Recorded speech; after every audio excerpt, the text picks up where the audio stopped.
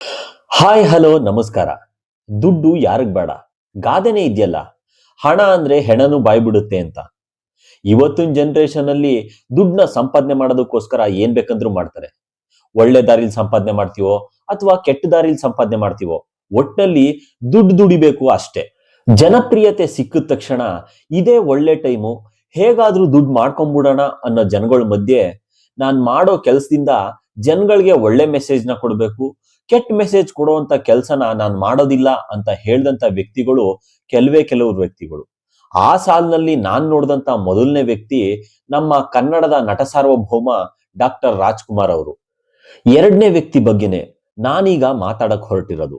ಅವರು ಬೇರೆ ಯಾರು ಅಲ್ಲ, god of cricket, master blaster Sachin Ramesh Tendulkar.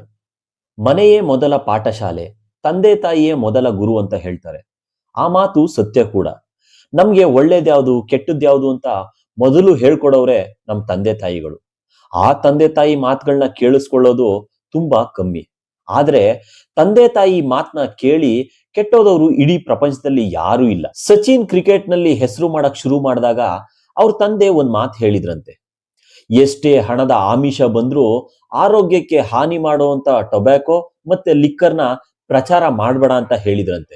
ಇದಕ್ಕೆ ಒಂದು ಉದಾಹರಣೆ ಅಂತ ಅಂದ್ರೆ 2010ರಲ್ಲಿ UB ಕಂಪನಿ ಸಚಿನ್ನ ತನ್ನ ಬ್ರಾಂಡ್ ಅಂಬಾಸಿಡರ್ ಮಾಡ್ಕೋಬೇಕು ಅಂತ ಹೇಳಿ ಅವತ್ತಿನ ಕಾಲಕ್ಕೆ ಭಾರತದಲ್ಲಿ ಒಬ್ಬ ಸ್ಪೋರ್ಟ್ಸ್ ಮ್ಯಾನ್ಗೆ ಕೊಟ್ಟಂತ ಬಿಗ್ ಆಫರ್ ಇದಾಗಿರುತ್ತೆ.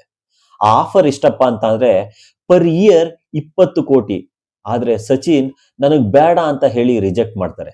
ಇದೇ ಆಫರ್ನ 3 ವರ್ಷಕ್ಕೆ 26 ಕೋಟಿ ತಗೊಂಡು ಧೋನಿ ಬ್ರಾಂಡ್ ಅಂಬಾಸಿಡರ್ ಆಗ್ತಾರೆ.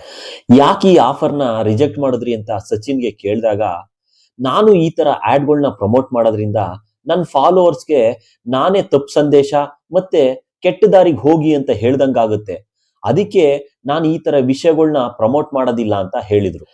ಈ incident Sachin god of cricket ಅಂತ ಕರೆಸ್ಕೊಂಡ್ಮೇಲೆ ನಡೆದಂಥದ್ದು.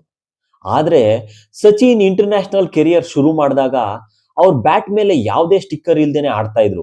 ಆ ಟೈಮ್ನಲ್ಲಿ ಲಿಕ್ಕರ್ ಕಂಪ್ನಿಗಳು ಅವ್ರ ಲೋಗೋನ ಹಾಕೊಳ್ಳಿ ಅಂತ ಆಫರ್ ಮಾಡಿದಾಗ್ಲೂ ನಾನು ಹಾಕೊಳ್ಳಲ್ಲ ಅಂತ ರಿಜೆಕ್ಟ್ ಮಾಡಿದ್ರಂತೆ. ದುಡ್ಡು ಮುಖ್ಯ ಅಲ್ಲ, ತತ್ವ ಸಿದ್ಧಾಂತಗಳೇ ಮುಖ್ಯ ಅಂತ ಫಾಲೋ ಮಾಡೋ ಕೆಲವು ವ್ಯಕ್ತಿಗಳು ಮಾತ್ರನೇ ನೆನ್ನೆಗಾಗ್ಲಿ ಇವತ್ಗಾಗ್ಲಿ ನಾಳೆಗಾಗ್ಲಿ ಅವರೇ ರೋಲ್ ಮಾಡಲ್ಗಳು. ಒಂದು ಚುಟ್ಕ ಹೇಳಿ ಈ ವಿಡಿಯೋನ ಮುಗಿಸ್ತೀನಿ. ಆಧುನಿಕ ದುನಿಯಾದಲ್ಲಿ ದುಡ್ಡಿದ್ದವರೇ ದೊಡ್ಡವರು. ಹೇಗ್ ಸಂಪಾದನೆ ಮಾಡಿದ್ರೇನೋ ದುಡ್ಡು ಮಾಡು ಗುರು.